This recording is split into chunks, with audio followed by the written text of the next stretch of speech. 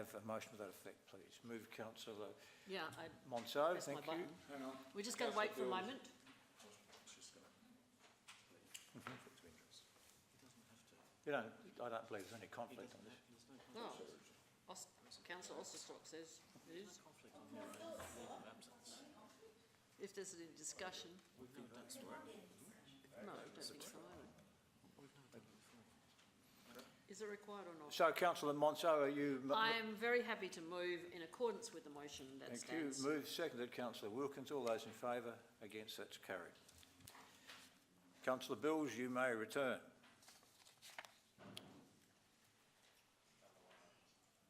He'll come back in due course. The minutes of the meeting last meeting we held on the 26th of June. Can I have a recommendation, please, that they be taken as read and confirmed? Moved Councillor Davey, seconded Councillor Cornish. All those in favour? Against? That's carried. My report, the Mayor's report, was distributed with the meeting papers. Any questions on that report? Then can I have a recommendation that report be received? Moved Councillor Monceau, seconded Councillor Wilkins. All those in favour? Against? That's carried. I'll move around the chamber for reports from members, starting with Councillor Osterstock. Last Wednesday I attended the Burnside War Memorial Hospital board meeting. Thank you. Councillor Monceau. I attended the open day at Conningham Street Depot site on the 30th of June and the workshop prior to the meeting tonight. Councillor Bills. As written. Councillor Lemon. Councillor Wilkins.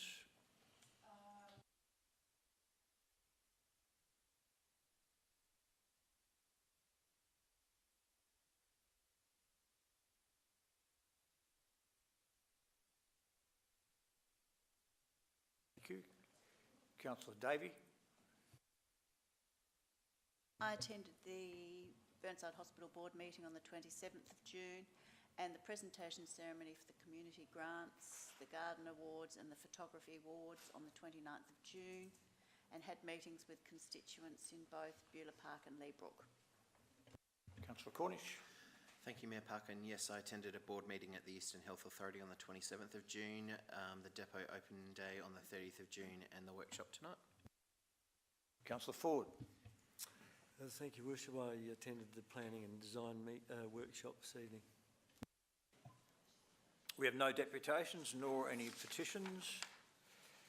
We have two questions on notice, which I assume and I see now that we also have the responses to those distributed to you. There are no motions on notice. Are there any questions without notice?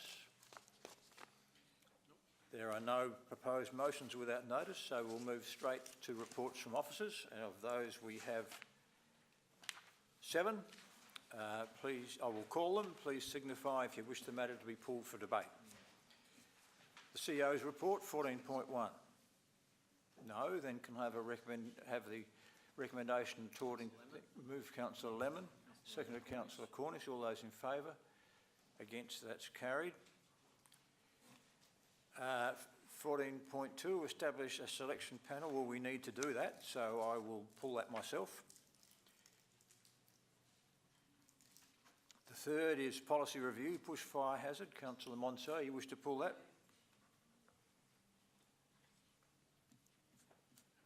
Uh, 14.4, 2 Benacre Close, Glen Osmond, request to discharge an encumbrance.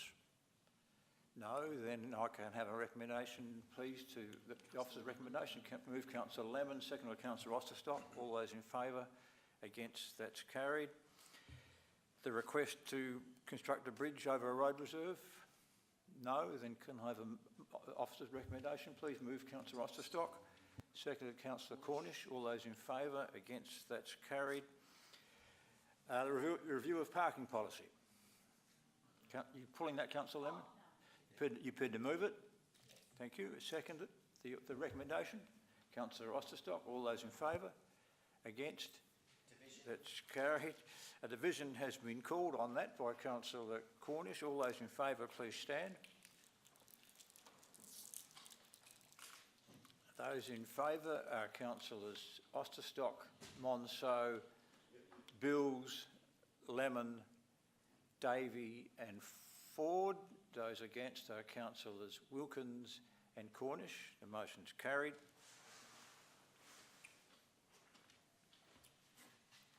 And the Glenside Road naming request is then, can I have a recommendation please on that matter? Moved councillor Osterstock, seconded councillor Lemon. All those in favour? Against? That's carried. Against? Thank you. Oh, thank you. I didn't call it unanimous, councillor Wilkins. Thank you. Thank you. Thank you. Now, the first we have pulled, in fact I've pulled, is on page 19,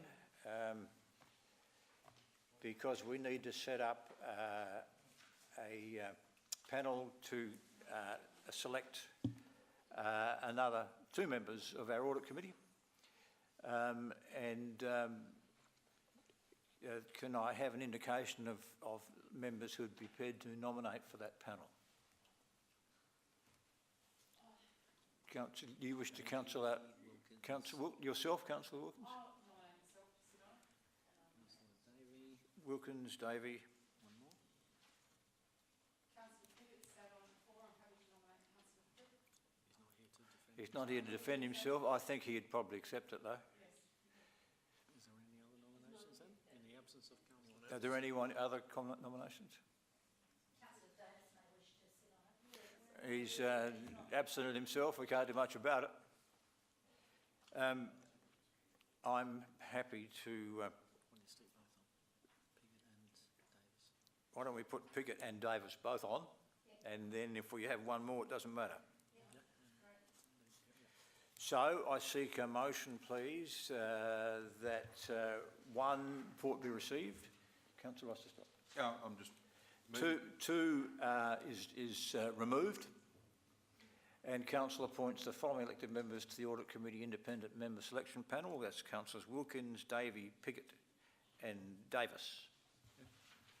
Moved councillor Osterstock, seconded councillor Monceau. All those in favour? Against? That's carried. Councillor Monceau, you've pulled the matter of 14.3, the Bushfire Hazard Management Policy, which is on page 35. Your motion. Yes. I'll move, I will move in accordance with the officer's recommendation, but I do have a couple of questions or concerns that probably come under the slip rule that relate to point 2. Do you wish to, then would you like to point them out? Yes, just a question for our administration. Are we required under the Act of some kind to actually, because the fire danger season may change, dates may change, are we required to use that language, or are we allowed to set a particular date when landowners, page 47, 6.11, when landowners are required to undertake the work, it says 1 month prior to the start of the fire danger season. I think that not having a clear specific date is actually quite confusing for some people, and I just wonder if we could not set a date of 30th of November in the policy, if that's allowable. That's the first question.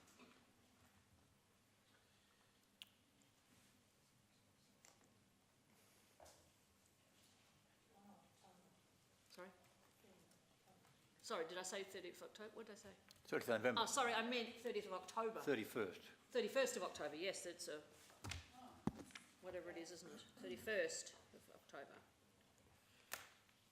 Through the chair, I'm happy to take that on notice, but I think the relevant date is actually the fire danger season, which, as you know, does change from year to year. Yes. The default date is the 1st of December, but can be pulled earlier.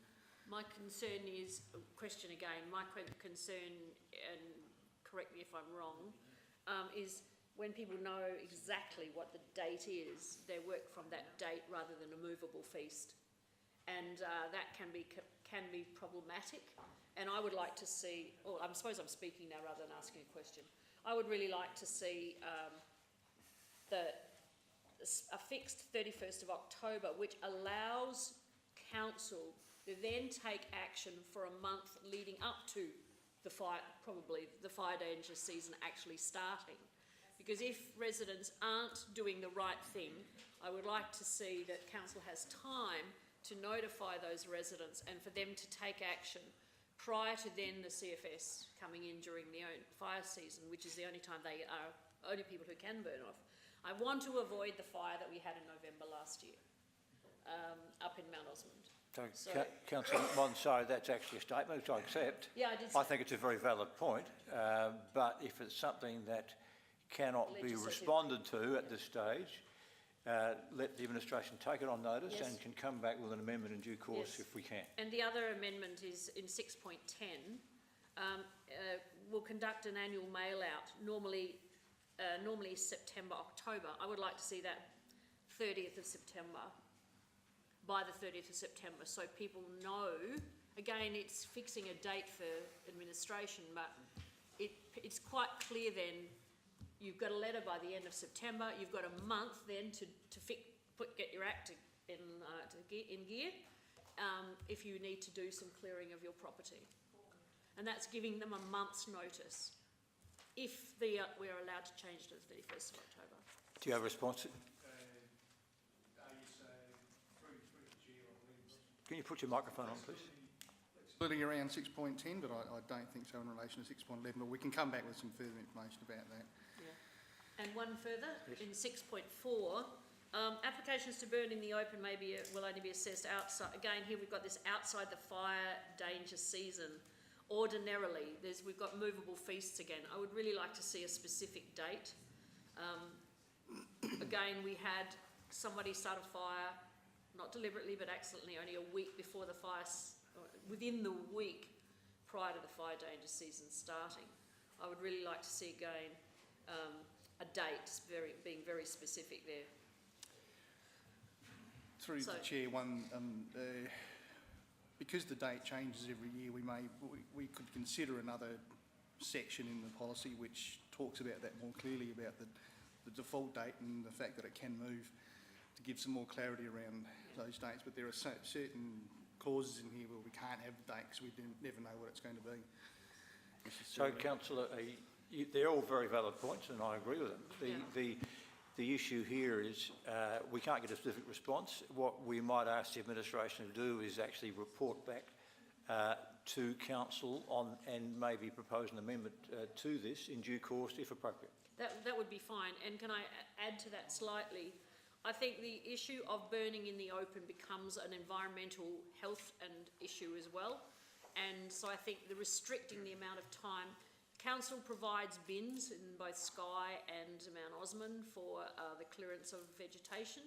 I would really like to see a minimal time of when people can burn off, because I'm not saying they don't do it responsibly. Most people do it responsibly, but it does pollute the environment. And you people down on the flat, burning off stopped happening for you a long time ago, but it does not help to keep the environment clean when we are provided with bins that could be removed. And I know I'm probably going to upset some people who live in those areas, but I really think if we could restrict that as much as possible, if we could consider that as well. And I did read the policy a month or so ago, but I've had some consideration and talks with people since then. Thank you, Councillor. But overall, you've moved the officer's recommendation. I seek a seconder. Councillor Wilkins. Yes, but can I just seek a point? You may speak to it if you wish. Thank you very much. I do support it, but can I speak in addition to Councillor Monceau? Clarification of the date. What about the end date? Does that fluctuate? Because the seasons are going longer, therefore we have to stretch out the end date. Yeah, so specific dates, not just default dates. Thank you. Thank you. It's been moved and seconded. Any further debate? Then I will put that motion. All those in favour? Against? That's carried. Now, uniquely, on section 15 of the agenda, we have recommendation that the East Waste Management Authority Board management meeting agenda and reports of the meeting held 28th of June be received. Can I have a motion to that effect? Moved Councillor Cornish, seconded Councillor Lemon. All those in favour? Against? Carried. Eastern Health Authority, we have a recommendation that the authority meeting agenda and reports of the meeting 27th of June be received. Moved Councillor Cornish. I'd like to speak to it if I can. You may speak to that. So you're moving it and speaking to it? I am. I thought I'd just give everyone a bit of a rundown what's happening over there, since we've got the time. Just some basic admin sort of stuff to begin with regarding financials and the business plan. So we received all the letters back from all of the councils confirming the annual business plan for the next year. So the EHA board did that. We also licensed 5 supported residential facilities, one of them in the city of Burnside, with some conditions attached to that licence, which the licensee will have to work through going forward. In terms of, I suppose, public safety or public health, vector control was the highest number of complaints that we received. Vector control is effectively rodents and stuff like that. I'm on page 266 now of the agenda. And if you can go through that, it sort of breaks down sort of the Burnside's reporting as well. Through that, there are a number of investigations, including a clandestine drug lab that we had. Once again, squalid conditions in a number of houses for a couple of other properties with vermin, etc., which is the majority of the vector control, obviously. And then also some breeding of mosquitoes in a disused pool on a vacant block of land was causing some residents a little bit of issue there.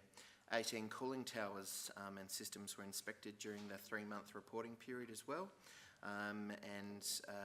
Obviously there was that little risk of Legionella that came out for a bit. Moving on to, I'll go on to the immunisation. You'll probably notice, and I'm now on page 276. For the January to May report, the City of Burnside had the highest number of vaccinations, which was really good work. It's some work that we've been constantly doing over there in EHA for probably the last 3 years. There's a brand new online booking system that parents can use, get notified to bring their kids along to get vaccinated. Although the worksite program has slightly dropped off compared to previous years, and that's mainly because there are other entries into the market. So you've got your big chemists offering very cheap immunisations, and for work sites as well to come out.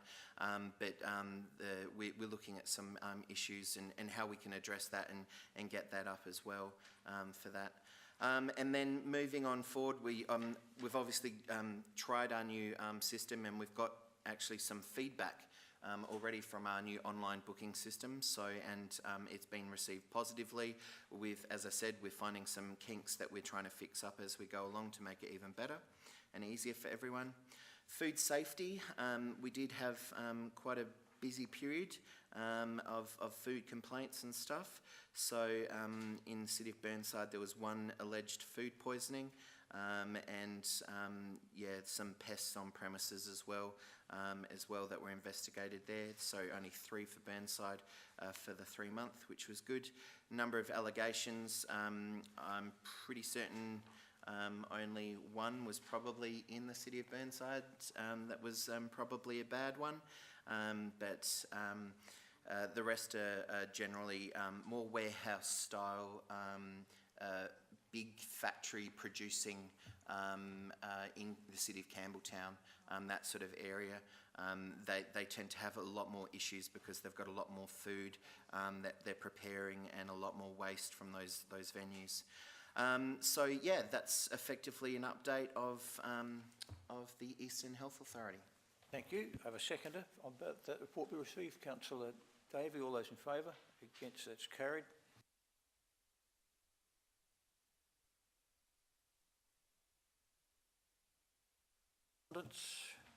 Any other business?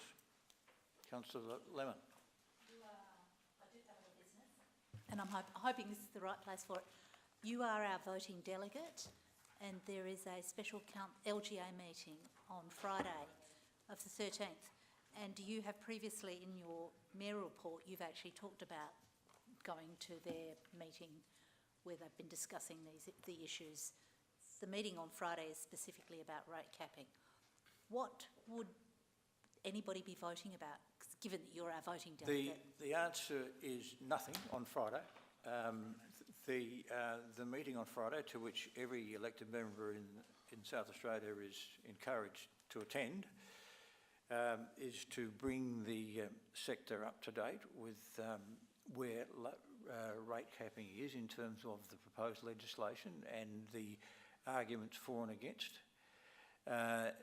Out of that will be, well, in fact, I will be voting for a motion that we ask all councils to consider sometime over the next fortnight or 3 weeks, which is effectively, is this council supporting rate capping, is this council not supporting rate capping? Could there be a third, is this council neutral? You could put whatever qualification on it you wished, obviously. That information will be fed back to a board meeting of the LGA, and the board will assess them numerically in 2 ways. One is total number of councils in South Australia, 68, number of returns, 58, number supporting rate capping, 53, clearly going to win. We'll also support, they will also assess the returns from councils in a weighted 3-2-1 basis, as is done normally at general meetings of council, which means councils with a population over 50 will are weighted 3. Those are the population between 20 to 50,000 are weighted 2. Those under 20 are weighted 1. The ideal position for the board will be that both methods come up with the same result, because then it's a quite clear-cut case of how the sector will be reporting back to government on what the sector thinks about a rate capping proposal. If it is not clear-cut, then there's a whole lot of criteria that we take into account which are actually listed in the papers that you have.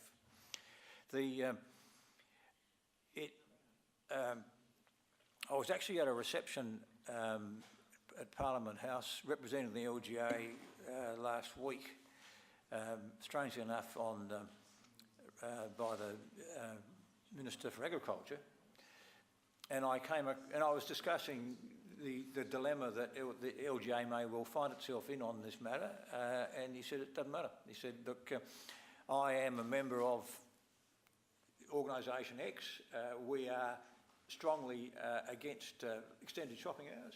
However, the overall population is very mixed on this. The government understands it and will understand that whatever a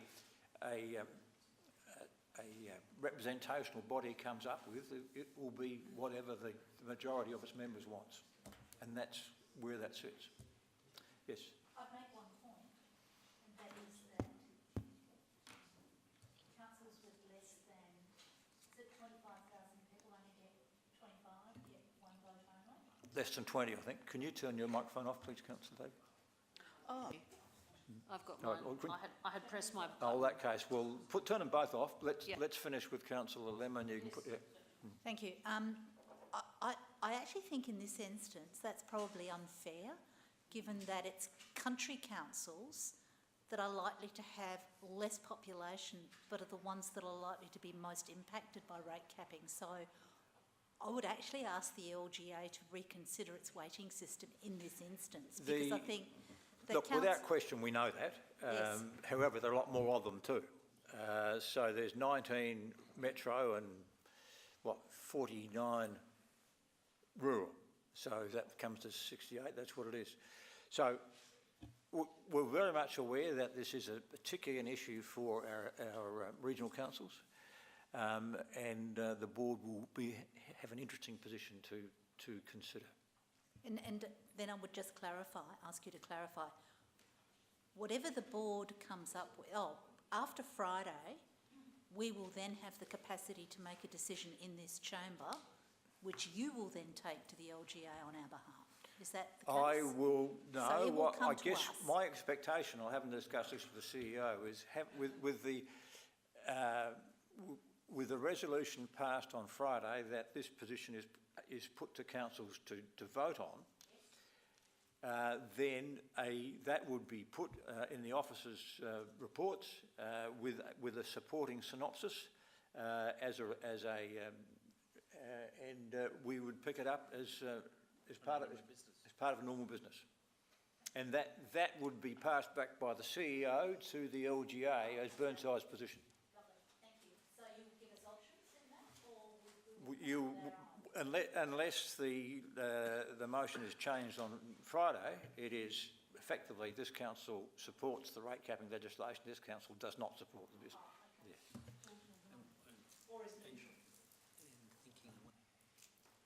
What's gone wrong with our system? If you would like a workshop on it at 6 o'clock prior to that meeting, I'd be certainly happy, I'd encourage it. Can I have indication of who would turn up to that if we did it? What date was it? It'll be probably before the next council meeting. 24. I think we should do so. Okay. So we'll have a workshop on it and then we'll be voting on it that night. so you can, yeah, okay, thank you. Councillor Davey. I just have a question, Your Worship, that staff might know about. What work's being undertaken on the SA water tank site in Leabrook in Roger Street? The local residents have just become aware and are a bit concerned about what's happening there, and I wondered if we'd had development application or any sort of understanding.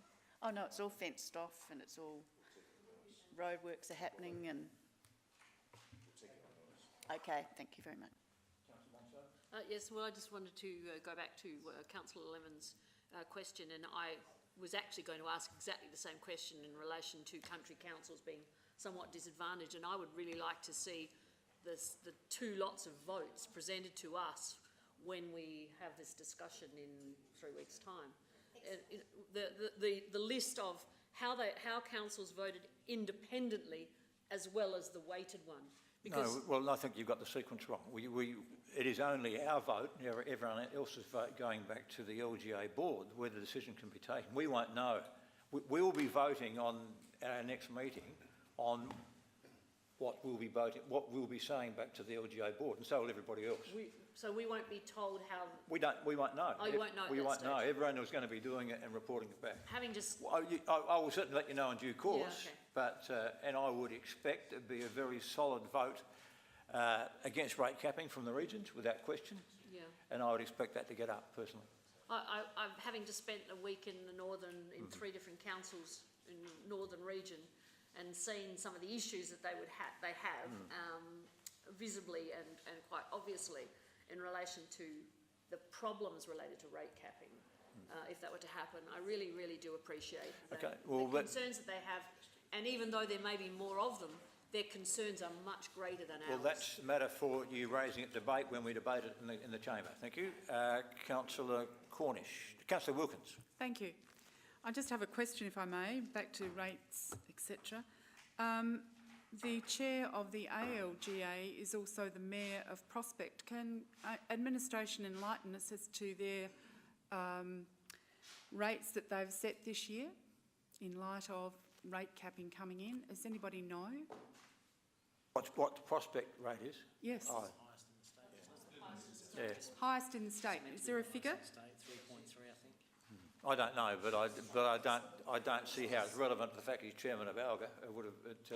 He must have a lot more influence than the Mayor of Burnside does if he influences the rate. I think it's 3.7. Councillor Cornish. Thank you, Mayor Parkin. Yes, I think it's all to do with the $12.7 million redevelopment of their chambers over there. For the second time in, a decade. I'd just like to say I actually disagree with the reference of the waiting for the votes. We're not because- debating it, councillor Cornish. I So know, the but ti- I'm just saying I think they've worked it out okay because That's something to debate in due course. We'll be debating it in 2 weeks' time. It's not a debate now. There is no confidential items. I declare the meeting closed at 7:33. I don't believe it, 7:33, which is a record in 8 years. So thank you, and thank you to the gallery for attending.